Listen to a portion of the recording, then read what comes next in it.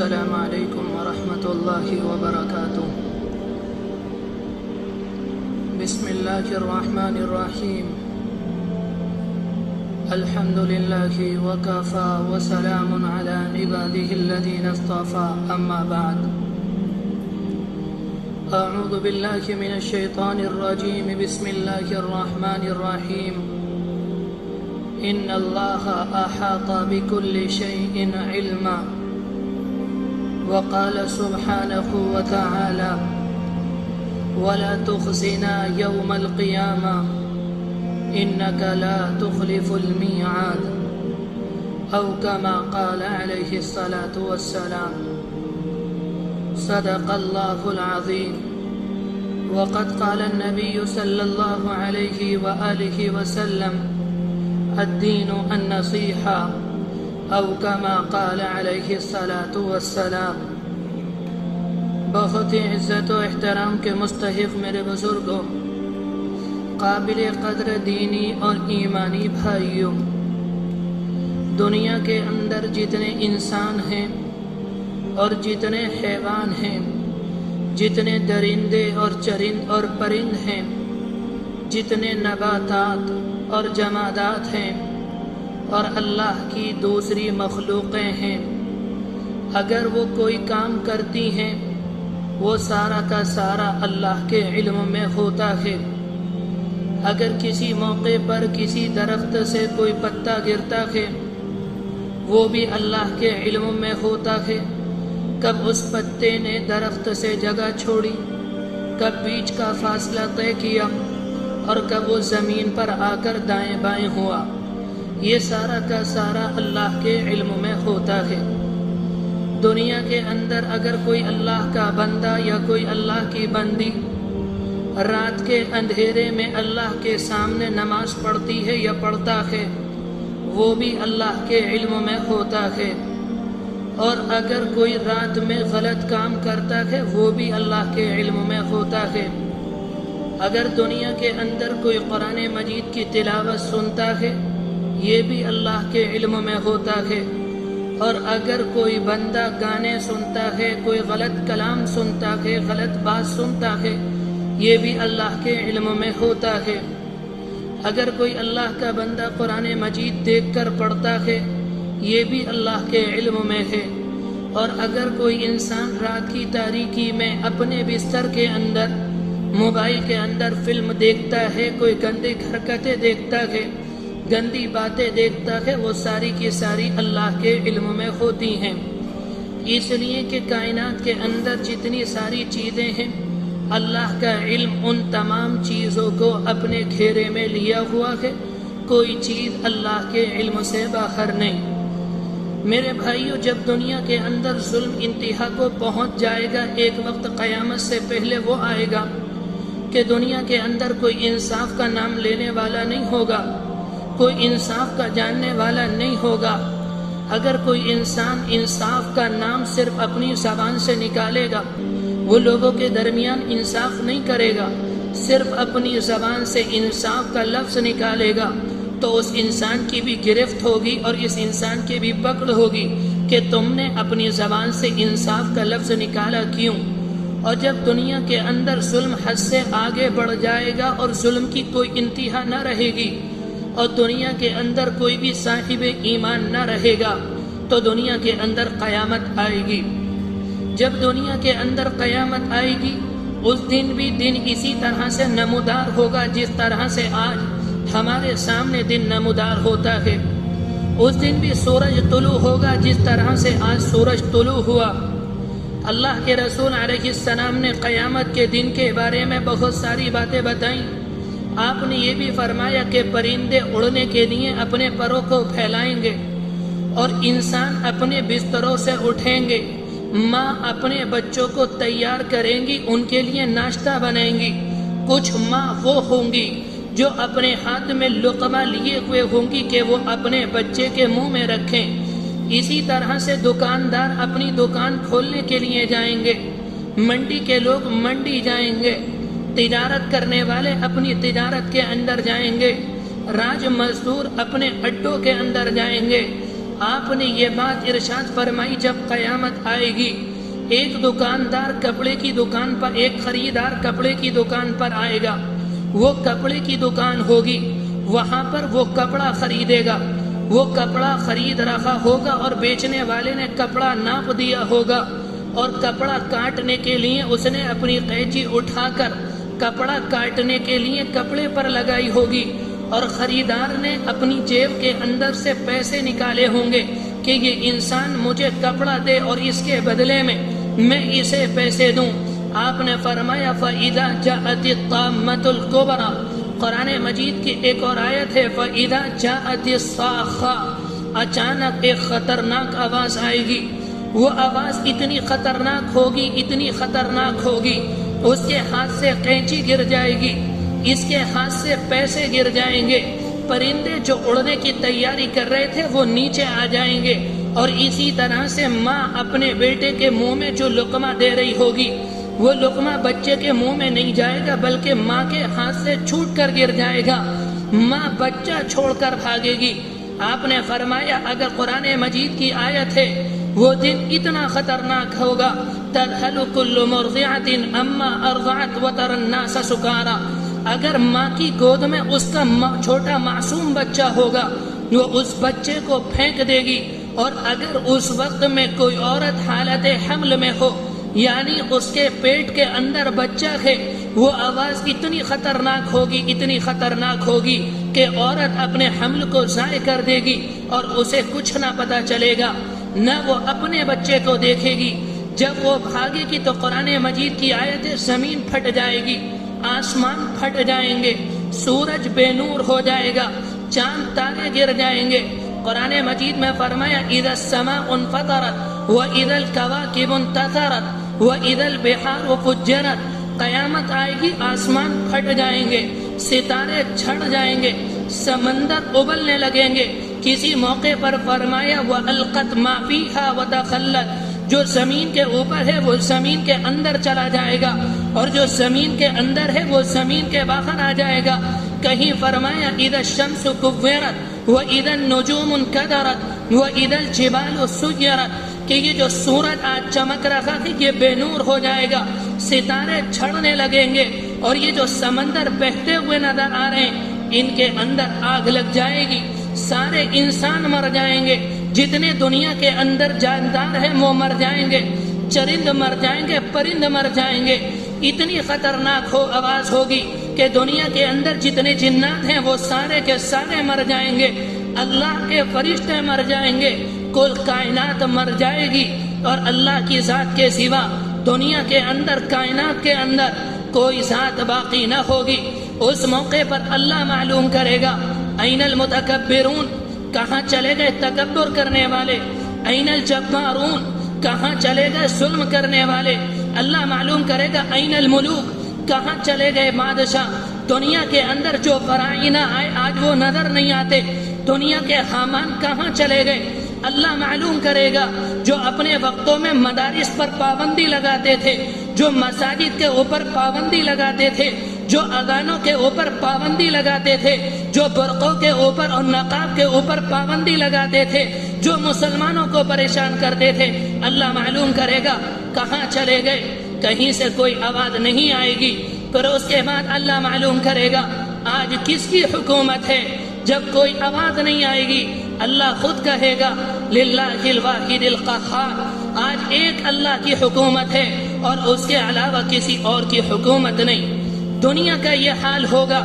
جب دنیا کا یہ حال ہوگا اس وقت اللہ کہے گا انا بدأت بالدنیا ولم تک شیئا وانا الذی اعیدها، میرے بندوں میں وہ ہوں جب تمہارا وجود نہیں تھا میں نے تمہیں وجود دیا، جب دنیا کا وجود نہیں تھا میں نے دنیا کو بنایا، آج تمہارا وجود نہیں ہے، کچھ دیر کے بعد میں تمہیں اٹھاؤں گا۔ اللہ کی طرف سے ایک آواز آئے گی، دوبارہ سور پھونکا جائے گا، مردے اپنی قبروں سے نکلنے لگیں گے، جو انسان زمین کے اندر ہیں وہ سارے کے سارے زندہ ہو جائیں گے، زندہ ہونے کے بعد وہ میدان حشر کے پاس آئیں گے، وہ میدان حشر کی طرف آئیں گے، وہاں اتنا خطرناک منظر ہوگا کہ سورج آج جو بہت زیادہ دور نظر آتا ہے یہ انسان کے سر کے قریب ہوگا، اتنا قریب آ جائے گا، انسان کے جسم کی جو چربی ہے وہ سورج کی گرمی سے پگھلنے لگے گی۔ آپ نے یہ بات ارشاد فرمائی تھی،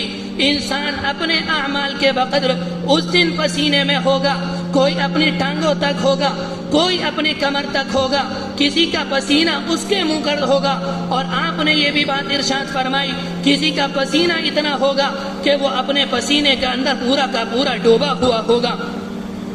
جب یہ خطرناک حالات ہوں گے پھر آپ نے صحابہ اکرام کو یہ بات سمجھائی، آپ نے صحابہ اکرام سے فرمایا ڈرنے کی بات نہیں، اس دن کوئی سایہ نہیں ہوگا، اگر اس دن کوئی سایہ ہوگا اللہ کے عرش کا سایہ ہوگا اور اس کے علاوہ کوئی سایہ نہ ہوگا۔ جب یہ خطرناک دن ہوگا اس دن میں کچھ خوش نصیب اللہ کے بندے وہ ہوں گے، کچھ سعادت مند لوگ وہ ہوں گے جنہیں اللہ کے عرش کے سائے میں جگہ ملے گی۔ حدیث شریف کے اندر آتا ہے جنہیں اللہ کے عرش کے سائے میں جگہ ملے گی وہ ایک دو نہیں، تقریباً 7 قسم کے لوگ ہوں گے۔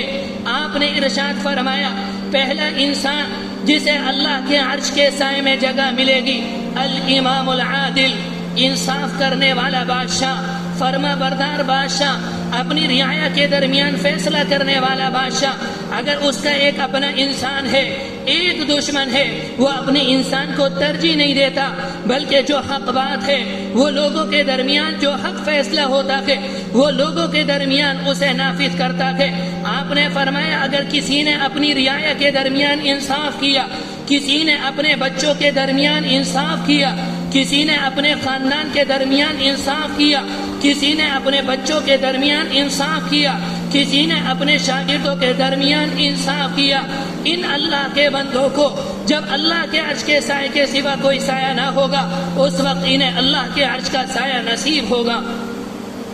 آپ نے فرمایا کہ دوسرا انسان وہ ہوگا شاب نشأ فی عبادت اللہ تعالی، جس کی جوانی اللہ کی عبادت میں گزری ہو،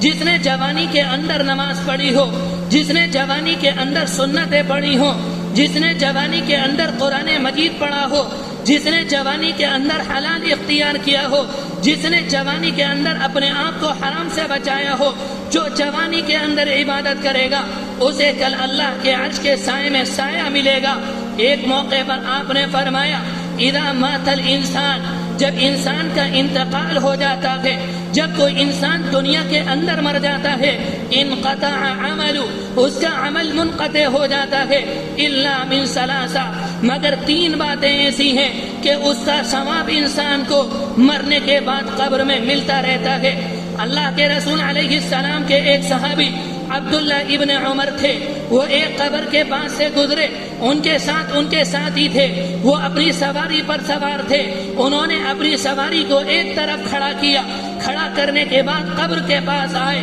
اور آ کر 2 رکعت نماز پڑھی، نماز پڑھنے کے بعد سواری پر سوار ہوئے اور جانے لگے۔ ان کے ساتھیوں نے معلوم کیا حضرت آپ نے یہ کیا کام کیا، کیا آپ برکت حاصل کرنا چاہ رہے ہیں اس قبر سے؟ اس موقع پر عبداللہ ابن عمر نے یہ بات فرمائی تھی کہ میں نے اپنے کانوں سے کہ اللہ کے رسول کو یہ فرماتے ہوئے سنا جب انسان مر جاتا ہے قبر کے اندر چلا جاتا ہے وہ اس بات کے لیے تڑپتا ہے کاش مجھے زندگی مل جاتی، میں ایک مرتبہ سبحان اللہ کہہ دیتا، مجھے اتنی زندگی مل جاتی، میں ایک مرتبہ الحمدللہ کہہ دیتا، مجھے اتنی زندگی مل جاتی، میں قرآن مجید کی تلاوت کر لیتا، مجھے اتنی زندگی مل جاتی کہ میں 2 رکعت نماز پڑھ لیتا۔ کہتے ہیں مجھے اللہ کے رسول کی وہ حدیث یاد آئی، میں نے سوچا آج میں زندہ ہوں، میرے پاس الحمدللہ کہنے کا وقت ہے، میرے پاس سبحان اللہ کہنے کا وقت ہے، میرے پاس 2 رکعت نماز پڑھنے کا وقت ہے،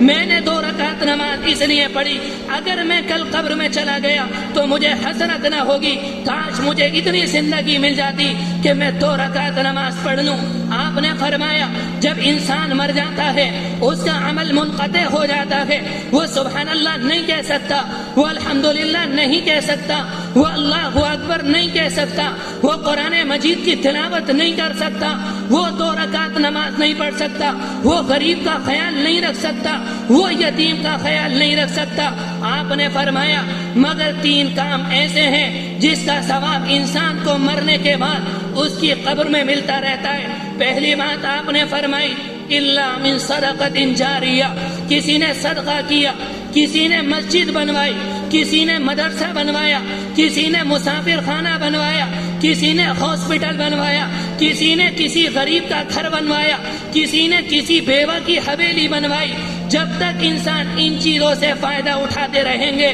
مرنے والے کو اس کا ثواب قبر میں ملتا رہے گا۔ دوسری بات آپ نے ارشاد فرمائی کسی نے ایسا علم چھوڑا کہ لوگ اس سے نفع اٹھاتے ہیں، مثال کے طور پر کوئی کتاب لکھ دی، اگر نہیں لکھ سکتا، کسی نے کوئی کتاب چھپوا دی، اگر چھپوا نہیں سکتا، مدارس کے اندر کمزور بچے پڑھتے ہیں جو قرآن مجید پڑھ رہے ہوتے ہیں، جن کے پاس ٹھیک سے قاعدہ نہیں ہوتا، جن کا قرآن مجید بوسیدہ ہوتا ہے، انہوں نے خرید کر ایک قرآن مجید ایک غریب بچے کو دے دیا۔ مدارس کے اندر کمزور بچے حدیث پڑھتے ہیں، جن کے پاس اللہ کے رسول کی حدیث جن کتابوں کے اندر ہوتی ہیں وہ کتابیں نہیں ہوتی، ایک انسان نے وہ کتابیں خرید کے مدارس کے کمزور بچوں کو دے دی۔ جب تک بچہ قرآن مجید پڑھتا رہے گا اور مدارس کے اندر ان کتابوں کے ذریعے وہ اللہ کے رسول کی حدیث پڑھتا رہے گا، اس کا ثواب مرنے کے بعد انسان کو قبر میں ملتا رہے گا۔ تیسری بات آپ نے ارشاد فرمائی کسی انسان نے ایک نیک اولاد چھوڑی، کسی انسان نے نیک بچے چھوڑے، اس نے ایسی تربیت کی اپنی زندگی کے اندر کہ اس کے بچے نماز پڑھتے ہیں، اس کے بچے سنتوں کا اہتمام کرتے ہیں، اس کے بچے قرآن مجید پڑھتے ہیں، اس کے بچے اگر اس کے والدین دنیا سے چلے جائیں ان کے لیے دعائیں مغفرت کرتے ہیں، ان کے لیے دعائیں کرتے ہیں۔ یہ نیک بچے دنیا کے اندر جو نیک کام کریں گے ان کے مرنے کے بعد ان کے آباء و اجداد کو، ان کے والدین کو ان کا ثواب قبر میں ملتا رہے گا۔ میرے بھائیوں ہم جوان ہیں، ہم نماز پڑھ سکتے ہیں، ہم زکوٰۃ دے سکتے ہیں، ہم صدقہ کر سکتے ہیں، ہم روزہ رکھ سکتے ہیں، ہم نفلی عبادت کر سکتے ہیں، ہم حلال اختیار کر سکتے ہیں، ہم حرام سے بچ سکتے ہیں۔ میرے بھائیوں اگر یہ کام کریں گے اللہ کے رسول نے فرمایا تھا جس نے جوانی کے اندر اللہ کی عبادت کی اسے کل میدان قیامت میں، اسے حشر کے میدان میں اللہ کے عرش کے سائے میں جگہ نصیب ہوگی۔ تیسری بات آپ نے ارشاد فرمائی رجل قلبه معلق فی المسجد، ایک وہ اللہ کا بندہ جس کا دل مسجد میں لگا رہتا ہے اسے بھی اللہ کے عرش کے سائے میں جگہ ملے گی۔ اس کا مطلب یہ نہیں ہے کہ انسان فجر میں نماز پڑھنے کے لیے گیا، اس کے بعد قرآن مجید پڑھنے بیٹھ گیا، اس کے بعد نفل پڑھتا رہا یہاں تک کہ ظہر ہو گئی، ظہر کی نماز پڑھی، نماز کے بعد گھر کھانا کھانے آیا یا اس کا کھانا مسجد کے اندر چلا گیا، وہ مسجد سے نہیں نکلا۔ اس کا مطلب یہ نہیں، اس کا مطلب جو محدثین اکرام نے بیان کیا وہ یہ ایک انسان نے فجر کی نماز پڑھی، پڑھنے کے بعد اپنی بیوی بچوں میں آیا، کوئی اپنی تجارت میں گیا، کوئی اپنے آفس میں گیا، کوئی اپنے مدرسے میں گیا، لیکن اس کے دل میں اس بات کی فکر ہے کہ جب ظہر کا وقت آئے گا میں اس بات کی کوشش کروں گا کہ میری رکعت نہ نکلے، میں نماز سے پہلے تکبیر اولیٰ سے پہلے مسجد میں جاؤں گا، ظہر کی نماز پڑھوں گا، ظہر کے بعد نکل کر آتا ہے، اپنے کاروبار میں چلا جاتا ہے، لیکن اس کے دل میں یہ فکر ہے کہ میری عصر کی نماز نہ نکلے، میری مغرب کی نماز نہ نکلے، میری عشاء کی نماز نہ نکلے، میری کوئی رکعت تکبیر اولیٰ سے نہ چھوٹے۔ اگر کسی نے نماز کا یہ اہتمام کر لیا آپ نے فرمایا اس کا مطلب یہ ہے اس انسان کا دل مسجد میں اٹکا ہوا ہے، جس کا دل مسجد میں اٹکا ہوا ہوگا جب میدان قیامت میں اللہ کے عرش کے سائے کے سوا کوئی سایہ نہ ہوگا، اس اللہ کے بندے کو اللہ کے عرش کا سایہ نصیب ہوگا۔ چوتھی بات آپ نے فرمائی ایک اللہ کا بندہ وہ ہے جو کسی کو دوست بناتا ہے اللہ کے لیے بناتا ہے، اگر کسی کو دشمن بناتا ہے اللہ کے لیے بناتا ہے، اگر کسی سے محبت کرتا ہے اللہ کے لیے کرتا ہے، اگر کسی انسان سے نفرت کرتا ہے اللہ کے لیے نفرت کرتا ہے۔ اس کی مثال یہ اگر کوئی انسان کسی کو دوست بناتا ہے وہ اس کے پاس اس لیے جاتا ہے یہ میرا کام کرا دیں گے، یہ میرا گھر بنوا دیں گے، یہ میری سفارش کروا دیں گے، یہ اللہ کے لیے دوستی نہیں، اس میں انسان کا نفس شامل ہو گیا۔ ایک انسان دوسرے سے دشمنی اس لیے رکھتا ہے کہ وہ مجھے گالی دیتا ہے، وہ مجھے برا بھلا کہتا ہے، وہ مجھے دشمن سمجھتا ہے، اس وجہ سے میں اسے دشمن جانتا ہوں۔ یہ اللہ کے لیے دشمنی نہیں، اللہ کے لیے دشمنی یہ ہے۔ اللہ کے رسول کے ایک صحابہ، اللہ کے رسول کے ایک صحابی حضرت حذیفہ ابن الیمان ہے، ان کا ایک بھتیجا تھا، وہ چھوٹے چھوٹے کنکر سے شکار کر رہا تھا۔ وہ اپنے بھتیجے کے پاس آئے اور بھتیجے سے آ کر کہا بھتیجے چھوٹے کنکر سے شکار نہ کر، اللہ کے رسول نے منع فرمایا، اس لیے کہ آپ نے فرمایا تھا اگر تم چھوٹے کنکر سے شکار کرو گے تو جانور تمہارے قبضے میں نہیں آئے گا، تم کسی کی آنکھ پھوڑ دو گے، تم کسی کے دانت توڑ دو گے، تم کسی کا سر پھوڑ دو گے، تم اس سے شکار نہ کرو، اللہ کے رسول نے منع فرمایا۔ ان کا بھتیجا کہنے لگا چچا میں پاس نہیں آؤں گا، میں چھوٹے چھوٹے کنکر سے شکار کروں گا۔ حضرت حذیفہ کہتے ہیں اگر تو اللہ کے رسول کی بات نہیں مانتا تو پھر غور سے سن، تیرا اور میرا آج سے کوئی واسطہ نہیں، تیرا اور میرا آج سے کوئی تعلق نہیں، یہ ہے اللہ کے لیے دشمنی، یہ ہے اللہ کے لیے دوستی۔ اگر کوئی اللہ کے لیے کسی سے دشمنی کرے گا تو اسے اللہ کے عرش کے سائے میں جگہ ملے گی۔ میرے بھائیوں، آپ نے یہ بات ارشاد فرمائی اگر کوئی انسان خاموشی سے صدقہ کرے گا، اس طرح سے صدقہ کرے کہ اس کے بائیں ہاتھ کو پتہ نہ چلے کہ اس کے دائیں ہاتھ نے خرچ کیا، اسے بھی اللہ کے عرش کے سائے میں جگہ ملے گی۔ میں جلدی اپنی بات کو پورا کروں۔ ایک موقع پر آپ نے یہ بات ارشاد فرمائی رجل تعلم القرآن فی صغری فہو یتلو فی کبری، ایک اللہ کا بندہ وہ ہے جو بچپن کے اندر قرآن مجید یاد کرتا ہے، بڑھاپے میں قرآن مجید کی تلاوت کرتا ہے، بچپن میں قرآن مجید پڑھنا سیکھتا ہے اور بڑھاپے میں تلاوت کرتا ہے۔ اس کا یہ مطلب نہیں کہ بچپن میں قرآن مجید سیکھا اس کے بعد قرآن مجید بند کر دیا، جب بوڑھے ہونے لگے قرآن مجید کی تلاوت کرنی شروع کر دی۔ اس کا مطلب یہ ہے کہ قرآن مجید جب یاد کیا اس کے بعد قرآن مجید پڑھا، جب جوانی کا زمانہ آیا اس میں قرآن مجید کا پڑھا، قرآن مجید کی تلاوت کی، جب وہ مرحلہ گزر گیا اس میں قرآن مجید کی تلاوت کی،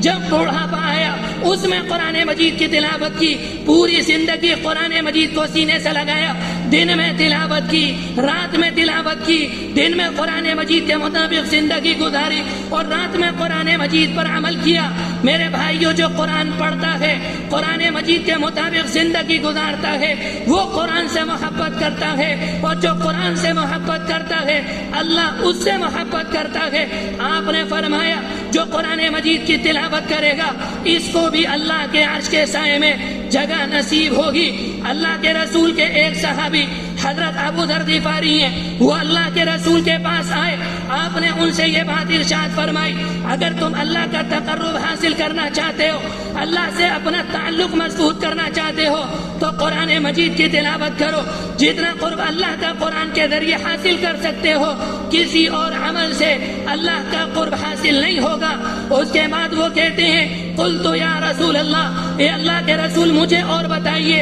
اس موقع پر آپ نے فرمایا علیک بتقوی اللہ، اگر تم اللہ کا قرب حاصل کرنا چاہتے ہو اے ابو ذر یاد رکھنا ہر حال میں اللہ سے ڈرنا، ہر حال میں موت کو یاد رکھنا۔ جب تم اللہ سے ڈرو گے، جب تم موت کو یاد کرو گے تمہاری گناہ کرنے کی ہمت نہ ہوگی۔ وہ کہتے ہیں قلت یا رسول اللہ، اے اللہ کے رسول زدنی زدنی زدنی اوصنی، اللہ کے رسول مجھے اور بتائیے، مجھے اور بتائیے، مجھے اور زیادہ نصیحت کیجیے۔ اس موقع پر آپ نے فرمایا علیک بتلاوت القرآن، ابو ذر قرآن مجید کی تلاوت کیا کر، فإنہ نور لک فی الارض وذکر فی السماء، اس لیے کہ اگر تو قرآن کی تلاوت کرے گا زمین میں تیرے لیے نور ہوگا اور آسمان میں تیرے لیے ذخیرہ ہوگا۔ اگر تیرے دل میں قرآن ہوگا دنیا میں تیرے دل میں سکون ہوگا، اور اگر تو قرآن لے کر دنیا سے چلا گیا اللہ تجھے بہت انعام دے گا، اللہ تیری مغفرت کر دے گا۔ ایک موقع پر آپ نے یہ بات ارشاد فرمائی، میرے بھائیوں یہ بات یاد رکھنا اگر کسی نے قرآن مجید پڑھا اس کے بعد قرآن مجید بند کر طاق میں رکھ دیا، پوری زندگی قرآن مجید نہ پڑھا، آپ نے یہ بات ارشاد فرمائی کل قیامت کے دن یہ اللہ کے سامنے کھڑا ہوگا اور اللہ اسے کوڑی بنا دے گا۔ آپ معراج کے اوپر گئے، آپ کو جنت دکھائی گئی، آپ کو جہنم دکھائی گئی، آپ نے دیکھا کہ جب جہنم کا دیدار کر رہے تھے، جب جہنم میں مختلف عذاب دیکھے، آپ کو ایک عذاب یہ دکھایا گیا، آپ نے دیکھا کہ ایک انسان لیٹا ہوا ہے، اس کے برابر میں ایک انسان کھڑا ہے، اس کے ہاتھ میں ایک بہت بڑا پتھر ہے، یہ لیٹے انسان کے سر پر مارتا ہے، جب پتھر اس کے سر پر لگتا ہے اس کا سر زمین سے مل جاتا ہے، پتھر دور چلا جاتا ہے، یہ کھڑا ہوا انسان پتھر لینے کے لیے جاتا ہے، جب لوٹ کر واپس آتا ہے اس کا انسان کا سر ٹھیک ہو جاتا ہے، یہ دوبارہ اسی طرح سے مارتا ہے۔ آپ نے معلوم کیا جبرائیل یہ بتاؤ یہ عذاب کیوں دیا جا رہا ہے؟ اس موقع پر آپ کو یہ بتایا گیا اے اللہ کے رسول، آپ کی امت کے وہ انسان ہیں جنہوں نے قرآن مجید یاد کیا، اس کے بعد قرآن مجید بھلا دیا، قرآن مجید پڑھنا چھوڑ دیا،